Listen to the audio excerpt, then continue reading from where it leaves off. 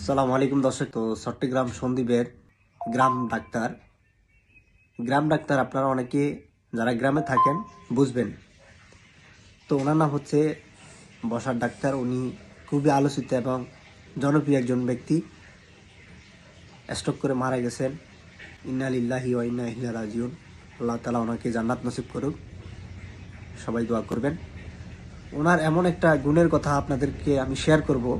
ছোট থেকে আমি ওনাকে দেখেছি যে প্রায় 5 কিলো 10 কিলোমিটার দূর থেকে কেউ যদি রাতে কিংবা সন্ধ্যা সকালে যে কোনো টাইমে তাকে কল দিত, কিংবা কারো হাত কেটে গেছে, কারো পা কেটে গেছে, কারো জ্বর, কারো মাথা ব্যথা, কারো প্রেশার বেশি, কারো স্যালাইন দিতে হবে, সাথে সাথে ছুটে যেতেন তিনি।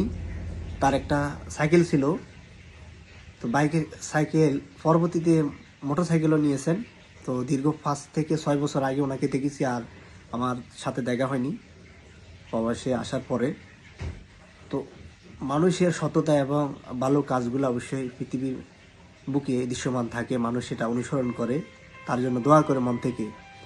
ভালো কাজগুলো আপনি ব্যক্তি হিসেবে কেমন, সেটা যদি আপনি ভালো কাজ করেন, আপনার মৃত্যুর পরে মানুষ স্মরণ করবে।